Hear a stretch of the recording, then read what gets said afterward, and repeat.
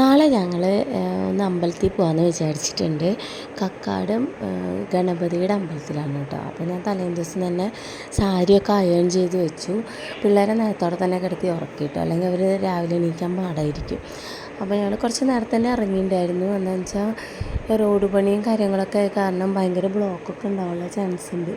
അപ്പോൾ അതുകൊണ്ട് തന്നെ ഞങ്ങൾ കുറച്ച് നേരത്തെ ഇറങ്ങി കേട്ടോ. അപ്പോൾ കുട്ടികൾക്ക് ഉറക്കത്തിൻ്റെ ഒക്കെ ഒരു ക്ഷീണമൊക്കെ ഉണ്ട്. അപ്പോൾ ഇങ്ങനെ രണ്ടും കൂടി ഒരുമിച്ച് ഞെളിഞ്ഞും വിളിച്ചിട്ടൊക്കെ ഇങ്ങനെ ഇരിക്കുകയാണ്.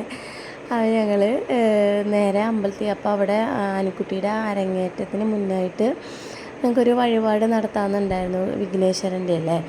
അപ്പോൾ അതൊക്കെ അപ്പോൾ അവിടുത്തെ പ്രധാനപ്പെട്ട ഒരു വഴിപാടാണ് ആനക്കൊമ്പ് എടുത്ത് വയ്ക്കുക എന്ന് പറഞ്ഞത്.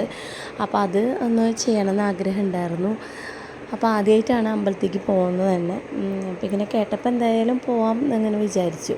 അപ്പോൾ ഞങ്ങളിത് അവിടെ അമ്പലത്തിലെത്തി കേട്ടോ. അമ്പലത്തിൽ അവിടെ കുറച്ച് തിരക്കൊക്കെ ഉണ്ടായിരുന്നു. അങ്ങനെ ഞങ്ങൾ അവിടെയൊക്കെ തൊഴുതിട്ടൊക്കെ ഇങ്ങോട്ട് ഇറങ്ങി. അപ്പോൾ അനുക്കുട്ടിയോട് ചെറുതിനോട് ഞാൻ ചോദിച്ചു എന്താ പ്രാർത്ഥിച്ചതെന്ന് ചോദിച്ചപ്പോൾ ആൾ പറയാ, എനിക്ക് വേഗം പല്ല് വരണേന്നാണ് ഞാൻ പ്രാർത്ഥിച്ചത് എന്ന് പറഞ്ഞിട്ട് ആൾ അതാ പ്രാർത്ഥിച്ചതെന്ന് പറഞ്ഞിട്ട് ഇങ്ങനെ ഇരിക്കുകയായിരുന്നു കേട്ടോ. അപ്പോൾ അവിടെ കൊട്ടൊക്കെ പഠിപ്പിക്കണ്ടായിരുന്നു, ഭയങ്കര സൗണ്ടൊക്കെ ഉണ്ടായിരുന്നു അമ്പലത്തിൻ്റെ അവിടെ. അപ്പോൾ ഞങ്ങൾ അമ്പലത്തിൽ തൊഴുതൊക്കെ കഴിഞ്ഞ് വന്നു കേട്ടോ. ഇനി നമ്മുടെ സാധാരണ പണികളിലേക്കൊക്കെ ഇനി കടക്കണം. ഒന്നും ചെയ്തിട്ടുണ്ടായിരുന്നില്ല, രാവിലെ തന്നെ ഇറങ്ങിയതാണ്.